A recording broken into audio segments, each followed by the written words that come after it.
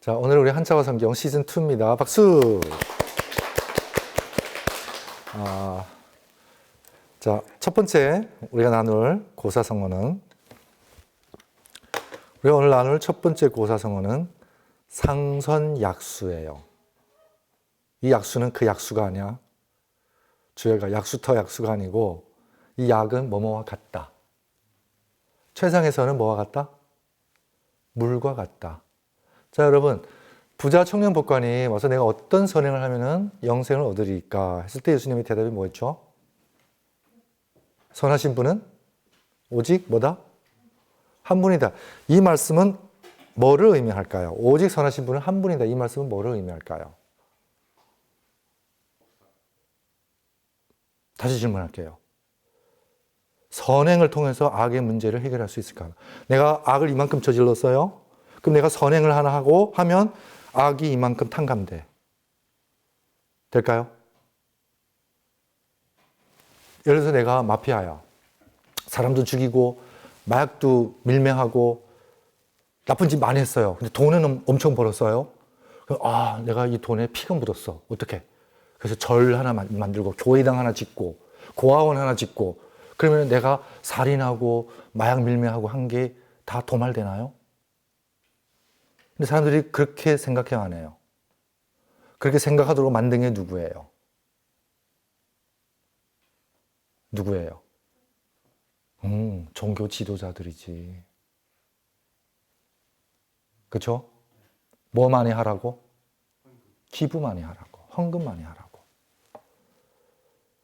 이런 착각을 심어준다는 거죠. 그러니까 우리의 선행은 죄를 해결하는 수단이 아니고 우리의 선행은 그러면 의미가 있을까 없을까요? 설령 그가 악한 사람일지라도 그가 한 선행은 의미가 있을까 없을까요? 나름. 그 돈 가지고 나쁜 짓 한 것보다는 낫겠지. 그러니까 선행은 단지 더 많은 죄를 범하지 않도록 막아주는 역할은 조금 하겠죠. 하지만 이미 지은 죄를 도말할 수는 없다는 거예요. 그러니까 선행으로 죄의 문제를 해결하려고 하는 가르침 자체가 인간에게 주는 가장 큰 착각이라는 겁니다. 그러면 최상에서는 왜 물과 같다고 얘기할까요? 하준아, 물의 특징이 뭐야? 하준이. 진철이는? 물의 특징이 뭐예요? 형태가 없어요. 형태가 없어요? 어디든 담기고. 그렇죠. 형태가 없는 게 아니라 고체가 돼야 안 돼요. 액체가 돼야 안 돼요. 기체가 돼야 안 돼요. 그리고 아까 진철 얘기처럼 어떤 그릇에도 다 맞출 수 있어 없어요? 그럼 뭐를 의미하지? 뭐를 안 한다는 거예요. 모든 형체를 갖출 수 있다는 것은 그 어떤 형체도 고집하지 않는다는 거예요. 나는 신학생이야! 딱 고집하는 순간은 못 흘러요. 나는 이 영역의 전문가야! 고집하는 순간 못 흘러요. 나는 목사야! 이렇게 정의하는 순간 나는 더 이상 못 흘러요. 그래서 예수님께서 나를 따르려거든 뭐 하라? deny. 깨야 돼요. 고집을 버려야지.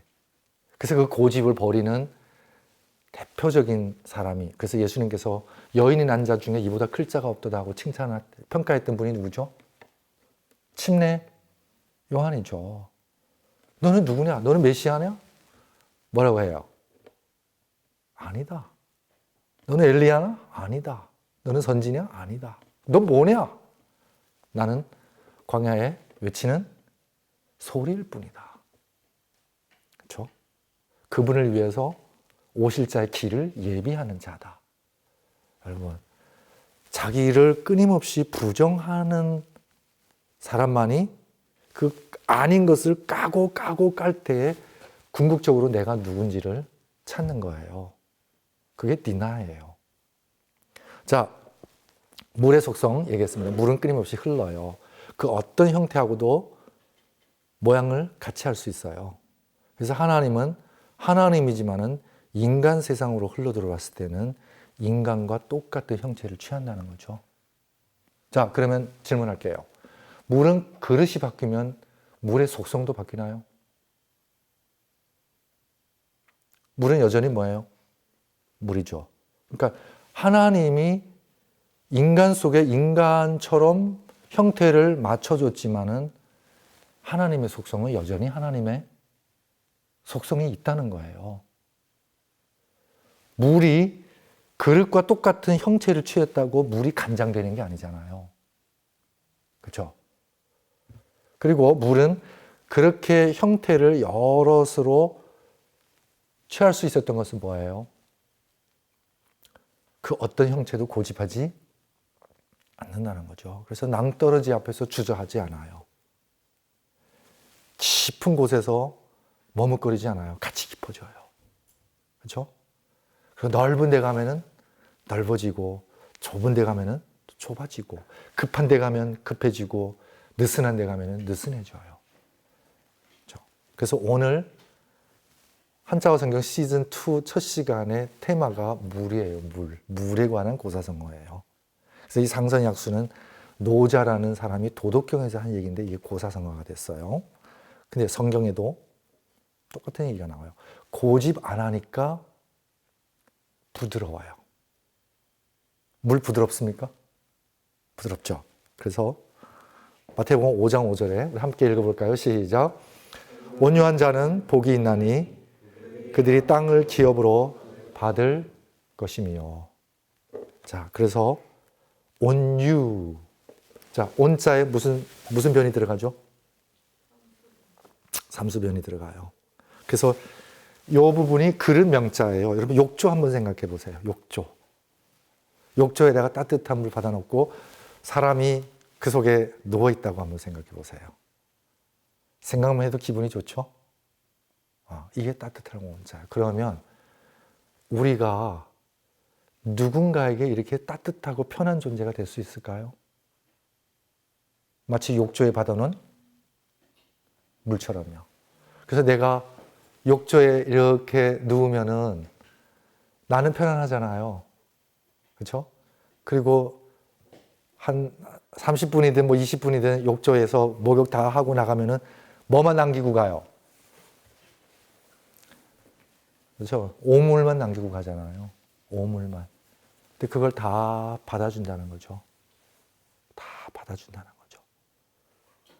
그래서 예수님의 심성은 온유한 심성이에요. 그래서 유자 보세요. 나무 목자가 들어가나요? 위에 모자는 아주 그 우슬초와 같은 말랑말랑한 풀을 모으라 그래요. 그래서 쉽게 상상해 보세요.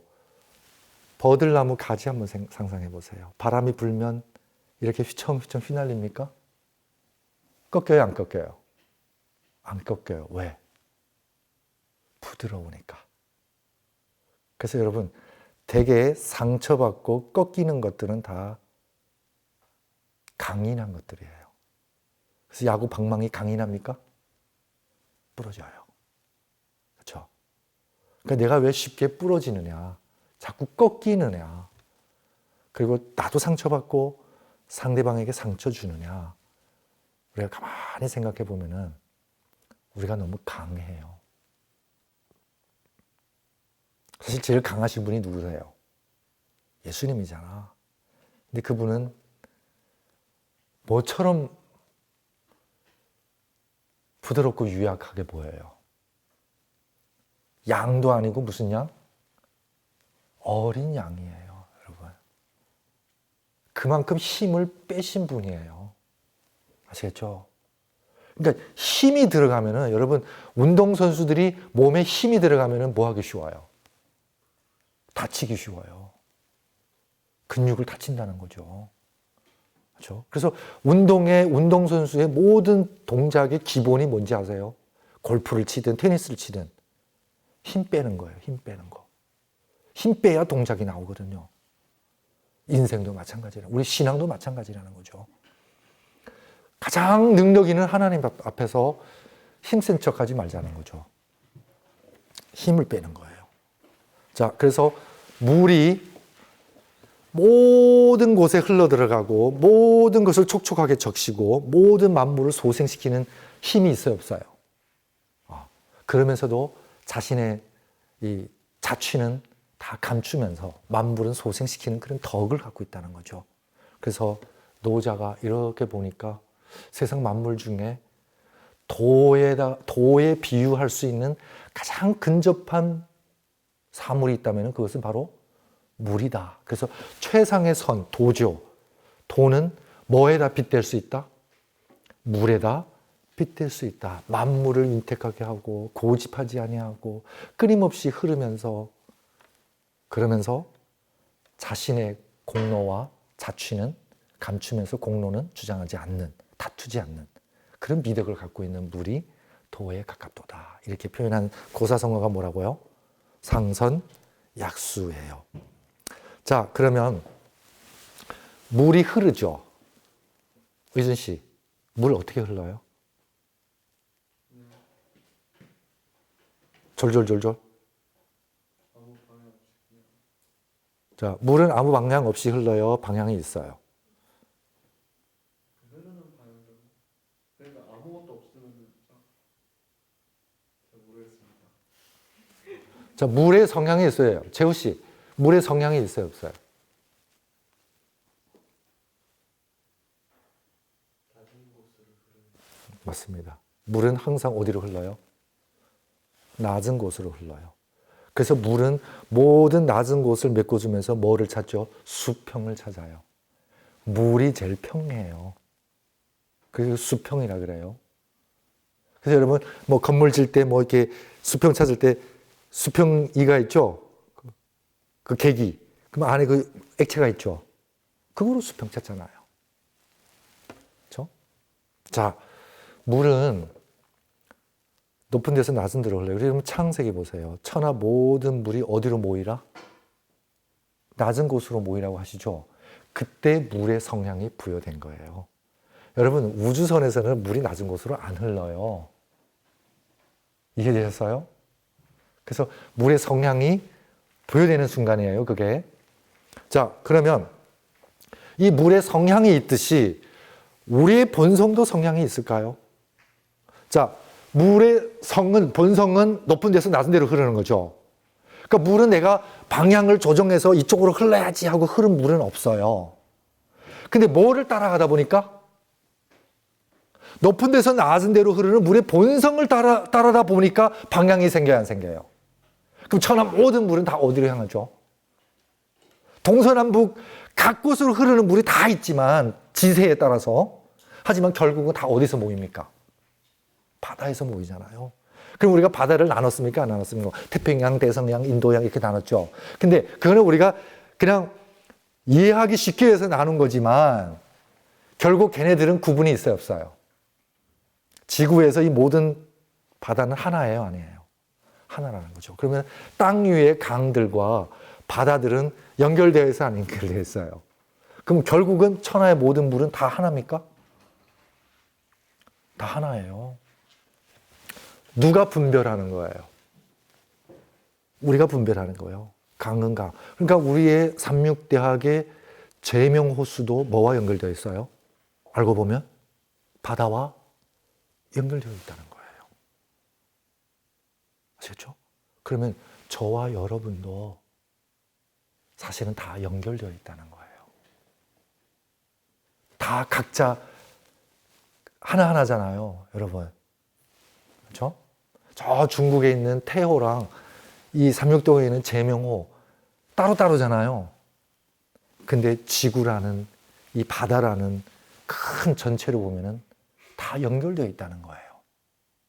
그래서 이 자리에 있는 저와 여러분도 사실은 다 연결되어 있는 누구 안에서? 하나님 안에서. 그걸 깨닫게 해주신 분이 예수님이셔요.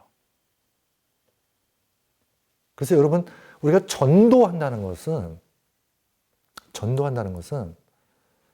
사람들에게 우리는 한 하나님을 모신 한 가족이라는 걸 알리는 거예요. 그렇죠? 그래서 천하에 가서 만민을 뭐 삼으라고 지상명령에 마태복음 28장에 말씀하시죠. 제자 삼으라고 하죠. 제자가 뭔지 아세요? 제는 아우제예요. 동생이라는 거죠. 동생 할 때 아우제자예요. 자는 아들 자자예요. 여러분 우리가 제자 삼으면 나는 스승이고 너는 제자고 이렇게 생각하잖아요. 근데 그 글자 그대로 액면 그대로 풀이하면은 다 내 아우 동생 형이고 내 아들 딸들이고 뭐예요? 가족이라는 거죠. 가족의 개념이에요. 그렇죠? 그러면 우리가 천하가 모든 생명이 한 아버지를 모신 형제 자매라면은 우리는 사랑하는 게 그게 우리의 의무예요. 당연한 삶의 방식일까요? 숨 쉬듯이 자연스러운 일이죠. 내가 왜 쟤 사랑해야 돼? 제후야. 제후가 왜 목사님을 사랑해야 돼? 목사님이 왜 제후를 사랑해야 돼? 어디서 그 명분이 생겨요?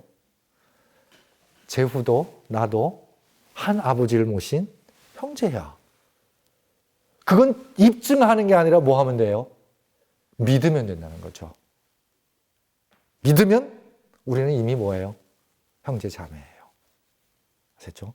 자, 그래서 물의 방향은, 잘 들으세요. 물의 방향은 뭐가 결정해 준다? 물의 본성이 결정해 주는 거예요. 자, 그래서 여기서 인성은 그럼 과연 뭐냐라는 논쟁이 나와요. 즉 고자라는 사람이 나와요. 그 고자가 아니야. 이 고자야. 알릴 고자예요. 자, 고자라는 사람이 누구랑 자꾸 디베이트 하냐면은 맹자라는 사람하고 디베이트해요. 맹자라는 경전을 읽으면은 인성에 관한 유명한 고자와 맹자의 디베이트가 나와요. 논쟁이 나와요. 그러면 고자는 뭐를 주장하냐면은 인성은 무선무학이다. 그러면서 얘 든 게 뭐냐면은 물을 봐라. 뚝을 동쪽에다 트면은 동쪽으로 흐르고 서쪽에다 트면 서쪽으로 흐르고 아까 의준이 생각이 그랬던 것 같아요. 그렇죠? 얘네들이 뭐 고정된 어떤 뭐가 없지 않느냐 이렇게 주장해서 그래서 무선 무학이다라고 주장한 게 고자였어요. 그랬더니 맹자가 여기에 딱 받아칩니다. 아니다. 그래, 동쪽을 터주면 동쪽으로 흐르는 건 맞다. 서쪽 터주면 서쪽으로 흐르는 건 맞다. 하지만 물이 높은 데서 낮은 데로 흐르는 성향은 있지 않느냐. 그러니까 맹자는 뭐라고 주장하냐면은 인간의 본성에는 어디로 흐를 수 있는 가능성이 더 크다. 선을 향해서 흐를 가능성이 더 크다. 이걸 주장한 거예요. 그래서 우리는 사실 이게 통틀어서 맹자는 성선설을 주장했다고 얘기해요. 근데 맹자는 성선설을 딱 못 박아서 주장한 사람이 아니에요. 그렇죠? 선으로 흐를 가능성이 더 많다. 하지만 악으로 갈 가능성도 배제하지 않는다. 그렇죠? 그래서 선으로 흐를 수 있는 가능성을, 그 본성을 뭐라고 얘기하냐면은 측은지심이 있지 않느냐. 어떤 우물가에 2살짜리 꼬마가 벌렁벌렁 해가지고 우물가로 막 개어가고 있어요. 그러면 우물에 빠질 수 있잖아요. 그렇죠? 근데 동준이가 그걸 봤어. 전혀 모르는 처음 보는 아이야. 어떡할래요?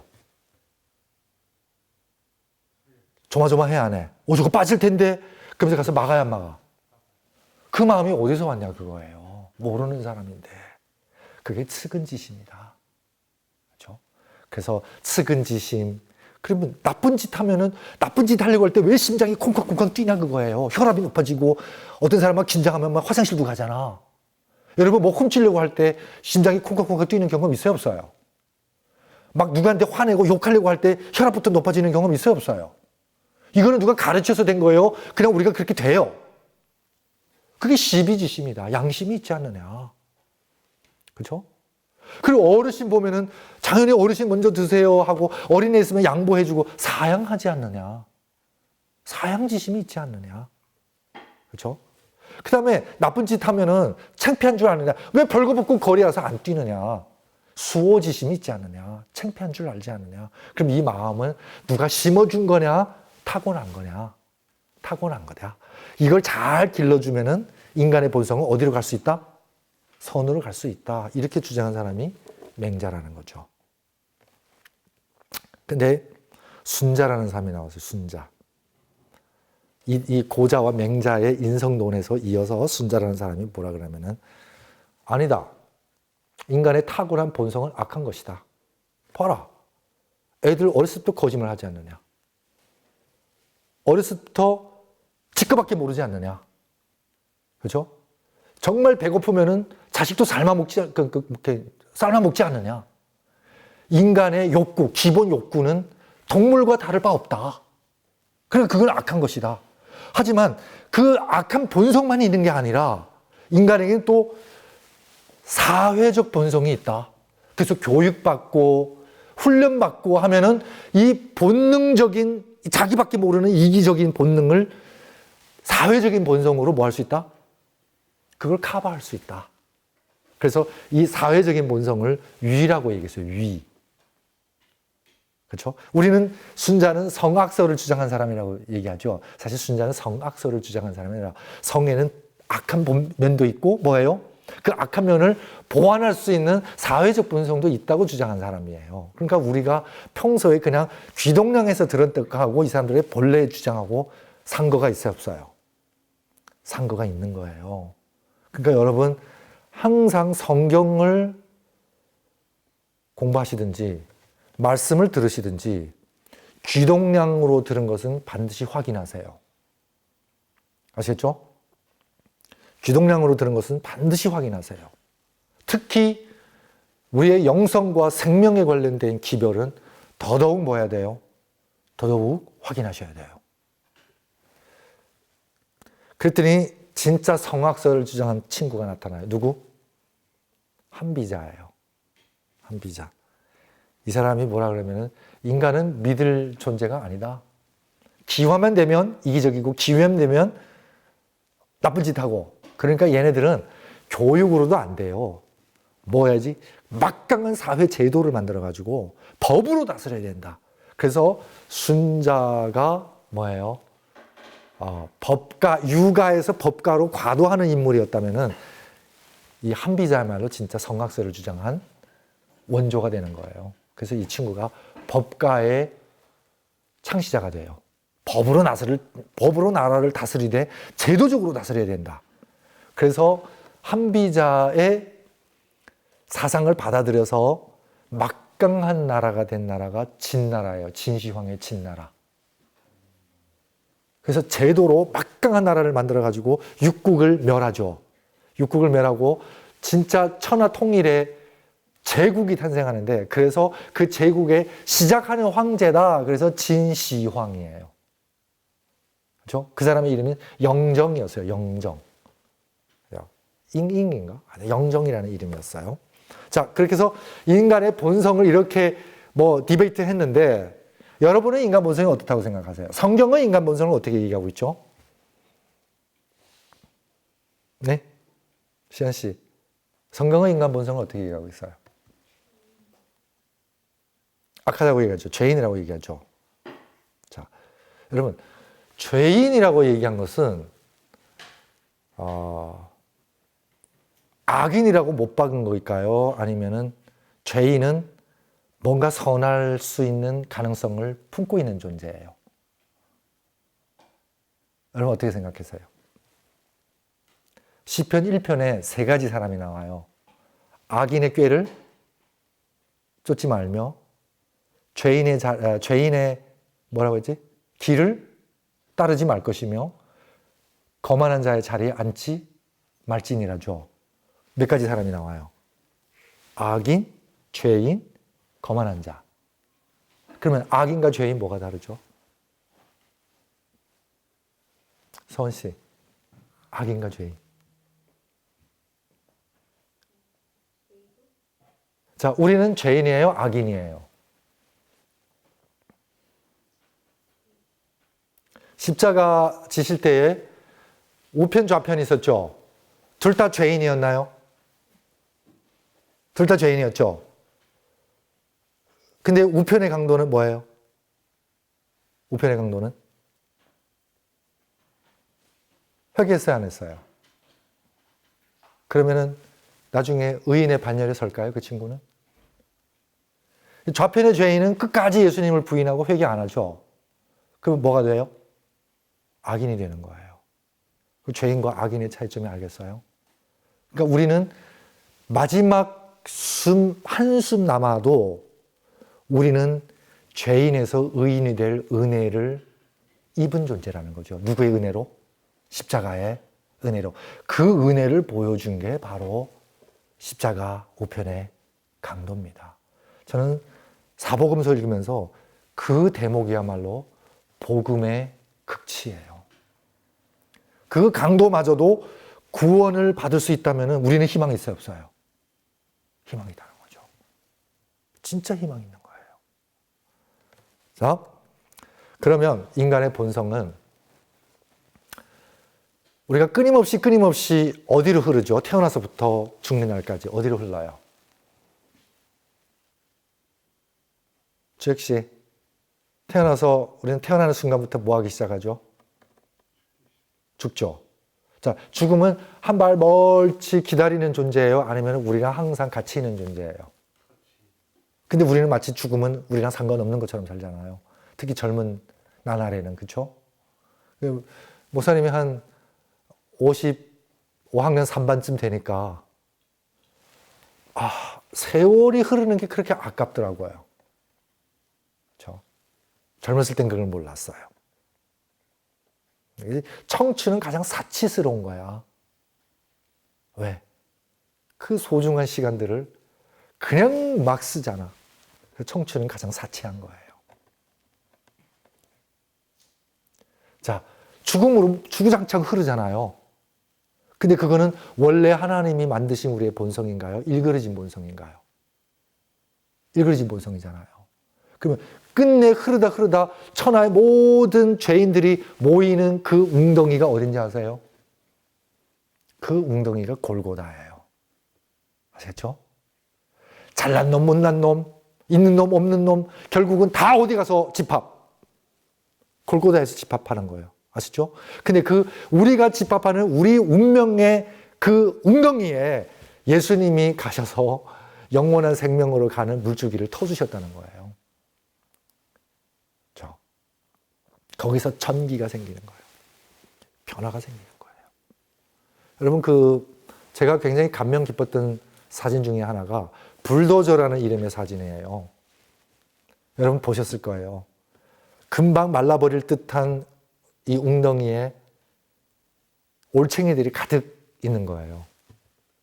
그래서 어미 개구리가 멀찌감치 있는 이 흐르는 물에서 이 금방 말라버릴 듯한 웅덩이까지 자기 그 체구로, 몸으로 뭐를 파죠? 도랑을 파요. 어디까지 파죠? 이 금방 말라버릴 웅덩이까지 판다는 거죠. 그러면서 이 올챙이들을 자기가 정말 사죽의 힘을 써서 판 이 수로로 몰려든 수로를 통해서 이 올챙이들을 다 어디요? 살아있는 물로 이끌어 간다는 거죠. 자, 그러면 올챙이는 개구리인가요? 올챙이 개구리야? 올챙이 개구리 아니에요? 하준아, 올챙이 개구리야? 아니야? 그럼 개구리는 어디서 왔지? 올챙이에서 왔어? 근데 올챙이는 개구리가 아니야? 올챙이 개구리 맞아요. 하지만 우리가 아는 개구리까지 되려면 변화해야 돼요, 안 해야 돼요? 변화하려면은 이 죽어가는 말라 비틀어가는 웅덩이 속에서는 가능해요, 안 해요? 안 하는 거죠. 그래서 길을 예비하시고 나를 따르라라고 말하신 분이 예수님이셔요. 그래서 그분 따라서 영원히 마르지 않는 진리의 바다로 들어가야 올챙이들이 뭐로 변해요? 개구리로 변하는 거예요. 개구리들은 올챙이의 세상을 이해할 수 있을까요? 없을까요? 그러면은 이 웅덩이에서 나는 올챙이 중에 올챙이야, 왕이야, 킹이야. 나는 저 물 가는 거 별로 안 좋아해. 그러면 이 물이 말라 비틀어지면은 올챙이는 뭐밖에 안 돼요? 올챙이 포밖에 안 되겠죠. 그러면 태어났을 때도 올챙이, 죽을 때도 올챙이, 이런 존재들은 개구리를 이해할 수 없는 거예요. 우리는 지금 어쩌면은 이 말라 비틀어가는 이 죄악 세상의 웅덩이에서 뭐처럼 살아가는 존재죠? 올챙이처럼 살아가는 존재예요. 하지만 우리 안에는 개구리가 될 수 있는 DNA가 있어요, 없어요? 있죠? 그럼 그 DNA를 펴려면은 어떻게 해야 돼요? 의순 씨, 어떻게 해야 돼? 나를 따르라고 하신 그분을, 나를 위해서 생명의 영생의 길을 내주신 그분을 따라가면 되는 거예요. 그렇죠? 자, 그래서 오늘 두 번째 고사성어는 수적천석이에요. 처음 들어보죠? 처음 들어보죠? 자, 물이 적은 뭐냐면 방울이에요, 방울. 방울이 똑똑 떨어지면은 뭐가 뚫려요? 이 천은 뚫릴 천자예요. 뭐가 뚫린다? 이렇게 해요. 돌이 뚫려요. 자, 한 방울의 물방울의 힘이 얼마나 클까요? 재호 씨, 처마에서 떨어지는 물방울 하나의 힘이 얼마나 클까? 진짜 미약하죠. 근데 걔가 어떻게 이 바위를 뚫죠? 그 바위를 뚫려면 일관돼야 돼요. 일관. 아시겠죠? 일관이라는 뭐죠? 계속 똑똑똑똑 떨어진다는 거예요. 그 다음에 일관되긴 되는데 여기 떨어졌다 저기 떨어졌다 하면은 못 뚫어요. 그렇죠? 그래서 어떻게 해야 돼? 집중해야 돼요. 자, 작은 존재가 강한 바위까지 뚫는 큰 힘을 발휘하는 비결이 여기서 나오는 거예요. 뭐하고? 일관되고 어떻게 해야 돼요? 집중해야 돼요. 그래서 여러분, 우리의 기도가 힘이 있어요, 없어요? 힘이 있어요. 근데 그 힘이 있으려면은 바로 이 수적천석처럼 일관되게 기도해야 돼요. 그래서 일관되게 기도한 모범이 누구죠? 성경의 인물 중에? 누구예요? 다니엘. 그렇죠? 그리고 항상 그 시간, 그 공간 정해놓고 항상 방향까지 정해놓고 집중해서 기도한다는 거죠.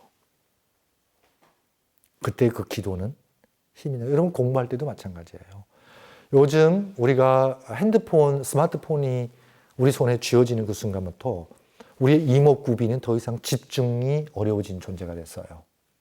공부 좀 하려고 그러면은 까똑 해야 하나요? 공부 좀 하려고 그러면 또 페이스북이 또 떠야 안 떠요? 동영상 뜨지, 전화 오지, 집중이 안 돼요. 저는 요즘 몰입법을 써요. 몰입법. 그래서 카운트다운 그 시계를 딱 45분 딱 카운트다운 시켜놓고 기도해요. 하나님, 이 45분 동안 제가 이 일에만 일관되게 집중할 수 있도록 저를 붙들어 주세요. 그래서 핸드폰을 손에 안 닿는 곳에다 둬요. 그 45분 동안은 내가 지금 예를 들어서 이 PPT를 만든다. 그러면은 45분 동안 진짜 이 세상에 마치 나와 내가 지금 하는 이 PPT 이것밖에 없어요. 그래서 진짜 일관되게 몰입해서 이 일에 매진하잖아요. 그러면은 이거 했다 저거 했다 산만했던 45분보다 그 시간의 효율이 뭐예요? 훨씬 높아요. 그럼 45분에 카운트다운 시간 딱 끝났을 때 띠디딕 소리 나잖아요. 그러면 그때 15분 동안 핸드폰도 보고 해요. 그 다음에 또 다시 45분 카운트다운해서 계속 내가 해야 할 일에 몰입한다는 거죠. 그런 몰입법을 통해서 제가 여러 가지 일을 하는 효율이 훨씬 높아진 것 같아요. 성취감이 생긴다는 거죠. 여러분들도 한번 그렇게 일관되게 몰입하는 훈련이 필요하다는 것입니다. 특히 스마트폰 세대들은요. 자, 그래서 작은 힘이 큰 성과를 내려면 어떻게 해야 된다? 일관되고 집중해야 돼요. 우리는 너무 산만해. 그리고 뭐예요? 작심삼일이야. 작심삼일을 일관되게 하려면 어떻게 하면 돼요, 하준 씨? 3일마다 작심하면 돼. 아시겠죠? 그래서 여러분, 내가 계획 세워놨는데 이거 또 무산됐어. 실망하지 말라는 거죠. 이게 내 본성이야. 지금의 본성이야. 그렇죠? 그래서 3일마다 작심하면 돼요. 그 다음에 물의 특성이 뭐냐면 이유극강이에요.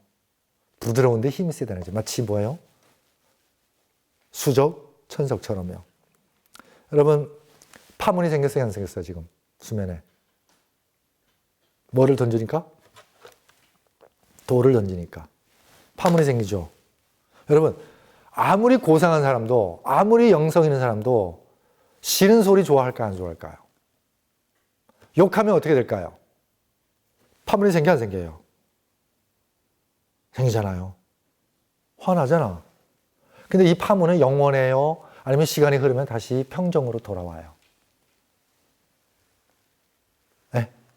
돌 하나 던졌는데 300년 전에 던진 돌에 지금도 파문 치는 파문 봤나요?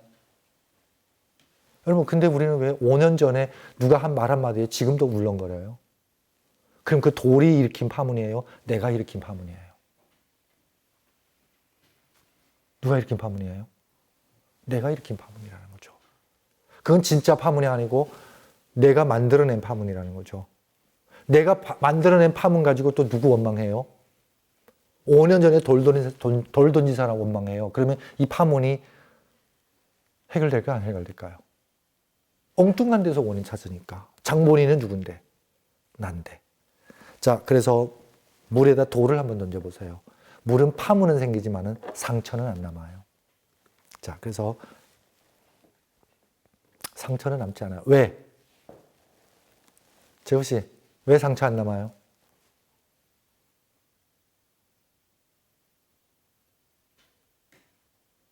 의순 씨, 왜 상처 안 남아요? 다시 돌아오는 상태를 유지하니까. 얼음에다, 이 물이 얼었어요. 얼음에다 던지면은 얼음에는 기스가 나요, 안 나요? 근데 물에는 왜 상처가 안 남을까요? 부드러우니까. 자, 온유한 사람은 상처받지 않아요. 내가 상처받는다는 것은 내가 아직 뭐예요? 딱딱하기 때문에 그래요. 그래서 온유라는 말을 순수 우리말로 하면은 뭘까요? 말랑말랑이에요. 말랑말랑. 그렇죠? 그래서 예수님께서 수고하고 무거운 짐진 자들아 다 누구에게로 오라? 내게로 오라. 예수님은 욕조에 엄마가 욕조에다 받아놓은 따뜻한 목욕물 같아요. 그렇죠? 우리에게 쉼을 주고 위로를 주고 그러면서 우리의 모든 때는 예수님이 다 끌어안으신다는 거죠. 내가 너희를 뭐 하게 하리라? 쉬게 하리라. 중국어 성경은요, 이 쉬게 하리라를 안식을 주리라 이렇게 번역했더라고요. 자, 그러면 그 다음 우리는 이 말을 코테이션을 많이 하죠. 근데 사실은 진짜 키는 그 다음 말에 있어요. 뭐라고 나와 있냐면은 나의 마음은 뭐하니? 온유하고 겸손하니. 왜 우리에게 쉼이 없는지 아세요? 온유하지 않으니까 쉼이 없는 거예요. 딱딱하니까 야구 빠따처럼 늘 강한 척하고 늘 파이팅하고 하니까 쉼이 없는 거예요. 아시겠죠? 그리고 우리는 왜 쉼이 없고 힘드냐면은 겸손하지 않아서 그래요.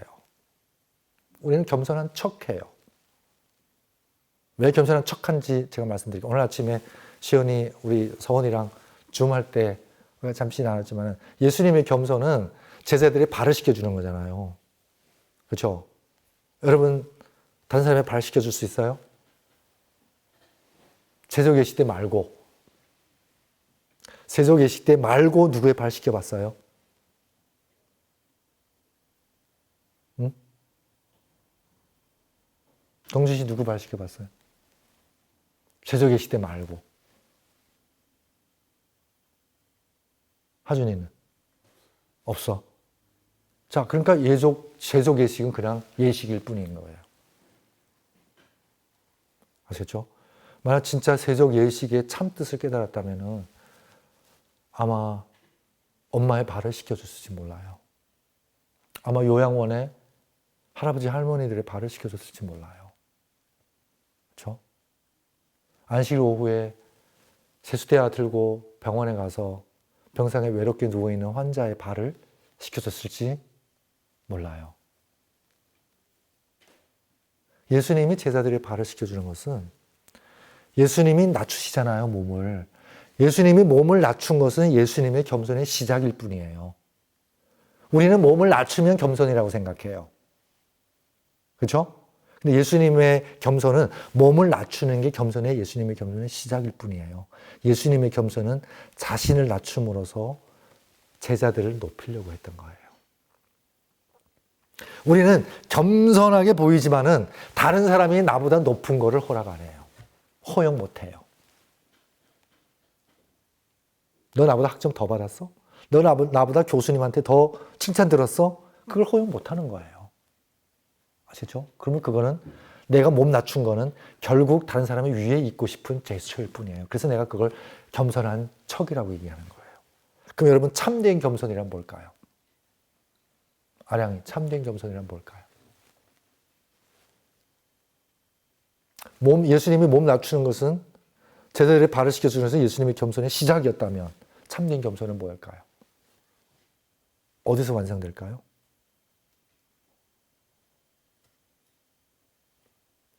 다른 사람을 높이는 거예요. 아시죠?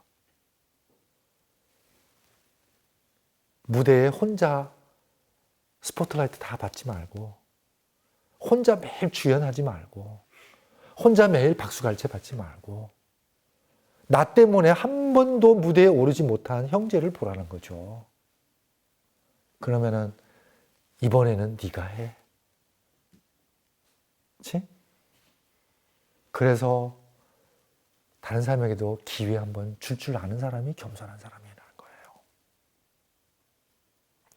자기의 몸 낮춤마저도 누구 위에 더 오르고 싶은 그런 본심이 깔려 있다면 그건 겸손한 척이라는 겁니다. 우리가 왜 힘들까요?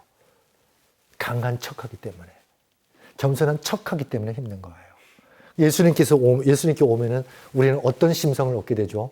물처럼 온유하고 물처럼 말랑말랑하고 물처럼 따뜻한 마음을 갖게 된다는 거죠. 그래서 물은 낮은 곳으로 흐르면 성향이 생기죠. 방향이 생기잖아요. 그러면 우리는 천국으로 가기 위해서 방향을 늘 조정해야 되나요? 아니에요. 우리가 할 일은 방향 조정하고 우리가 가야지 하고 으쌰으쌰 하는 게 우리의 믿음이 아니라 예수 그리스도의 성품을 담는 게 우리의 할 일이라는 거죠. 마치 물이 위에서 아래로 흐르는 성품을 가지면은 당연히 바다로 귀결되듯이 예수 그리스도의 성품을 회복하면은 우리는 자연히 천국으로 흐르게 되어 있다는 거예요. 근데 예수님의 성품은 저버린 채 천국으로 가려고 하니까 힘들어요, 안 힘들어요? 힘들다는 거죠. 그렇죠? 예수님의 성품이 회복되면은 그 성품을 회복한 우리의 내면 세계가 곧 하나님의 세계가 되겠죠. 자, 이 말 한번 같이 읽겠습니다. 시작. 쉼은 온유하고 겸손한 예수님의 성품 속에 있다. 예수님의 성품을 닮으면 닮을수록 부드러워지고 말랑말랑해지고 따뜻해지고, 그렇죠? 자연스러워지고, 뭐 흐르듯이 고집해요. 그러니까 딱딱해질 일이 없잖아요. 그리고 겸손해져요. 진정 생명을 배려할 줄 안다는 거죠. 그렇죠? 그래서 내가 너무 잘 나갈 때도 내 주변에 나 때문에 어두워지는 친구들을 살핀다는 거예요. 이거 얼마나 대단한 거예요. 여러분, 우리가 잘 나갈 때요. 잘 나갈 때 주변 사람 안 살펴요. 왜? 잘난 맛에 사니까. 그렇죠? 그리고 우리가 정말 낙담하고 힘들 때도 주변 사람 못 살펴요. 왜? 그럴 에너지가 없어요. 결국 우리가 잘 나갈 때도 못 나갈 때도 우리는 다른 사람을 살필 줄 모르는 존재가 됐다는 거죠. 예수님을 닮으면 어떻게 해요? 살핀다는 거예요. 그래서 그 뽕나무 위에 올라간 삭개오를 살피는 거예요. 그렇죠? 돌에 맞아 죽을 수밖에 없는 이 무릎 꿇고 떠는 여인을 살피는 거예요. 야곱의 우물가에 그 땡볕 정오에 혼자 물 길러 온 그 여인을 예수님이 살피는 거예요. 그게 예수님의 마음이라는 거죠. 그래서 대해일척이라고, 대해는 결국 뭐예요? 아까 서두에 얘기처럼 사실 천하의 모든 물은 하나라는 거죠. 그러면 천하의 모든 생명은 뭐예요? 하나인 거예요. 제가 바켓츠 하나로 바다에서 물을 한 바켓츠 퍼 올렸어요. 그러면 이 바켓츠 안에 있는 물의 모든 화학 성분은 주여가 어디하고 똑같아? 바닷물하고 똑같죠? 맛도 뭐예요? 똑같아요. 그러면 우리가 이 바켓츠 속에 있는 바닷물을 바다라고 칭할 수 있어요, 없어요? 있어요, 없어요? 바켓으로 바닷물 퍼올리고서 들고 다니면서 야, 이거 바다야 라고 말할 수 있냐고요? 없어요. 바닷물이지만 바다는 아니에요. 그런 것처럼 지금 이 자리에 있는 우리 모두가 다 하나님으로부터 생명의 바다에서 한 바켓씩 뭐를 퍼온 사람이에요? 바닷물을 퍼온 사람이에요. 성향 안에 그 속성은 같아요, 안 같아요? 우리 세포도 우리 생리도 다 똑같잖아요. 그런 화학 성분도 똑같잖아요. 그렇죠? 근데 그릇의 모양이 다르니까 조금씩 다르게 보일 뿐이에요. 근데 여러분, 이 한 바켓의 물이 영원히 한 바켓으로 남아요? 아니면 그게 서서히 증발돼서 없어져요? 그러면 이 한 바켓의 물이 증발되지 않고 영원히 존재하려면 어떻게 해야 돼요?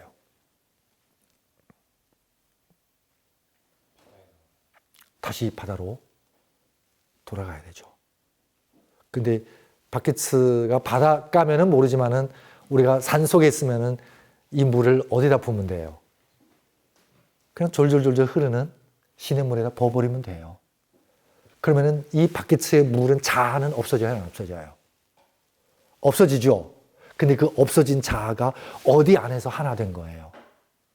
이 천하 하나인 물 속에서 하나 된 거라는 거죠. 그러니까 예수님 안에 있다는 것은 바로 이 한 바켓의 물이 천하 하나의 물 속으로 다시 환원됐다는 거예요. 그러면은 자타의 구분이 있으면 돼야 안 돼요? 자타의 구분이 없어지는 거예요. 그러니까 예수 안에 있다는 얘기는 너 나의 구분이 사라진 하나라는 거예요. 근데 교회에 들어와서도 너는 너, 나는 나. 그러면 이거는 공동체이지만은 뭐는 아니에요? 공통체는 아니라는 거죠. 여러분 생각해 보세요. 바다로 간다고 이 바닷물이 둥둥 떠다니는데 어디예요? 나무로 된 바켓 속에 계속 있는 거예요. 나는 너네랑 안 섞일 거야. 나는 나의 개성을 유지할 거야. 이렇게 해가지고 가잖아요. 그러면 물 위에 떠서 증발돼요. 영원을 못 찾는다는 거죠. 우리가 예수님 안에서 이기적이잖아요. 비유하면은 이렇다는 거죠. 그래서 예수님께 전적으로 우리가 맡기고 의지하고 하나 된다는 것은 예수 in Jesus Christ, 예수 안에 있다는 것은 바로 뭐예요?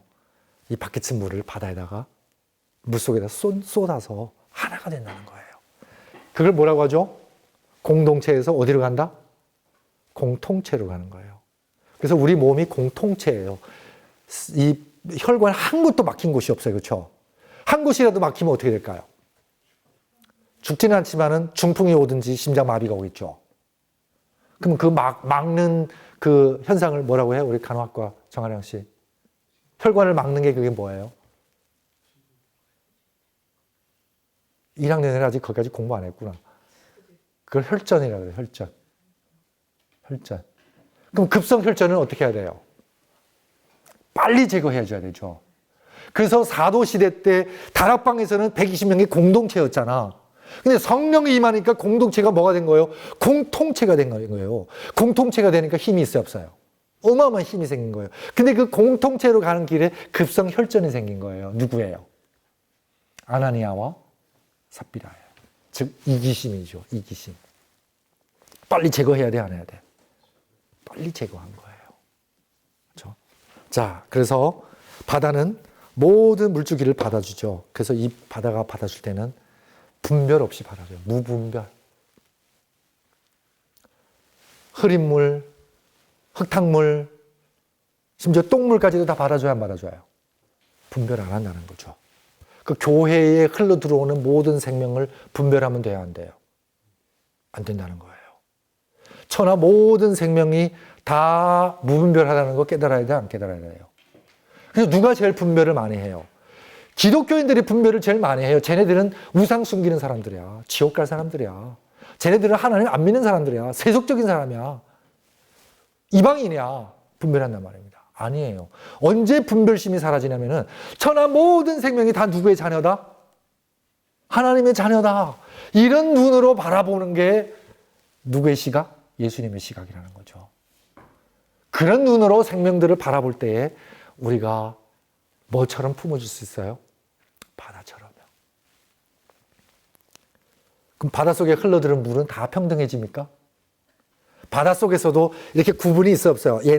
얘는 아마존에서 흘러들어온 물, 얘는 양자강에서 흘러들은 물, 양자강파, 아마존파 물이 대서양에서 따로따로 놀고 있나요? 없잖아요. 무차등이라는 거죠. 받아들일 때는 무분별, 들어온다면 무차등이에요. 그러니까 교회 안에서 장로 계급, 집사 계급 있으면 돼야 안 돼요. 목사 계급 있으면 안 된다는 거죠. 그렇죠? 그건 단지 봉사하는 직분, 기능이라는 게 펑션이라는 거죠. 차등이 아니고. 그래서 교회 안에서도 하나님의 생명 공동체 안에서도 차등을 만들고 분별을 만들어내는 것은 누구에 대한 무지죠? 하나님에 대한 무지라는 거죠. 예수님은 바다처럼 우리 모두를 다 받아주셨어요.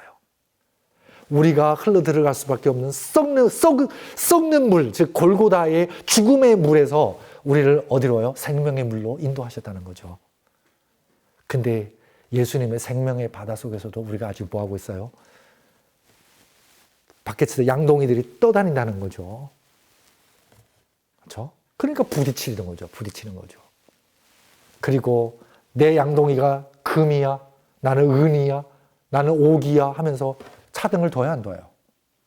차등을 둔다는 거죠. 이게 바로 오늘날 예수 그리스도의 생명 공동체가 되어야 할 교회가 왜 이렇게 이기적이고 잡음이 많은 이유예요. 공동체에서 뭐로 못 간 거예요? 공통체로 못 간 거죠. 자, 오늘 한자어 성경 마치면서 오늘 고사성어 몇 개 공부했죠? 다 뭐에 관련된 거죠? 물. 물은 뭐에 빗댈 수 있어요? 도에.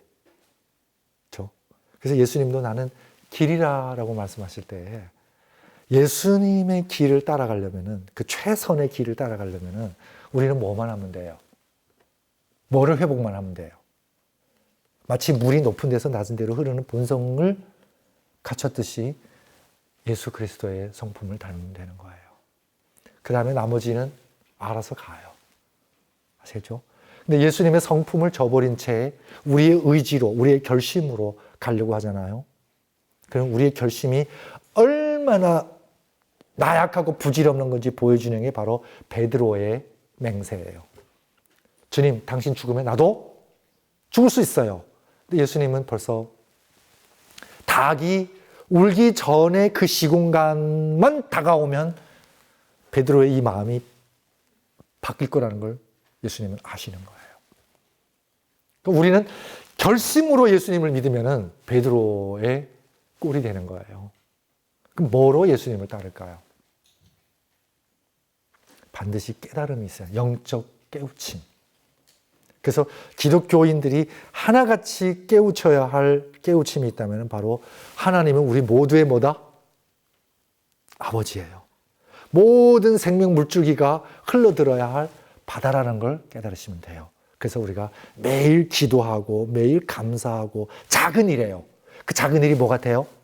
똑딱똑딱 떨어지는 물방울 같아요. 하지만 작은 기도 하나하나가, 작은 감사 하나하나가, 작은 예배 하나하나가, 작은 모임 하나하나가 결국 이 세상의 모든 속박을 다 깨고, 그렇죠? 막힌 곳을 다 뚫어주는 그런 영적 에너지가 된다는 거죠. 그렇죠? 자, 그래서 하나님 안에 들어오면 이제는 우리는 어떤 마음을 가지죠? 이런 무분별, 무차등의 마음을 가지고 모든 생명을 다 나다. 모든 생명이 다 누구다? 나다. 동준이 이 세상에서 누구 제일 사랑해요? 주혁이는 누구를 제일 사랑해요? 부모님, 의준이는 누구를 제일 사랑해요? 나 자신이에요. 그럼 다른 사람을 사랑할 때 다른 사람이 나라는 각오가 없이는 내 이웃을 내 몸과 같이 사랑하라는 실천이 불가능한 거예요. 그래서 심지어 목사님은 풀 한 포기도 다 나라고 생각해요. 아시겠죠? 그러니까 사랑할 수밖에 없어요. 우리 집에 보리도 뭐예요? 나야. 사랑스러워요. 여러분도 다 뭐예요? 나야. 여러분을 아량이처럼 시연이처럼 사랑 못 해주지만은 적어도 여러분한테 상처는 안 줄 거예요. 적어도 피해는 안 줄 거예요. 자, 오늘 말씀 여기서 마치겠습니다.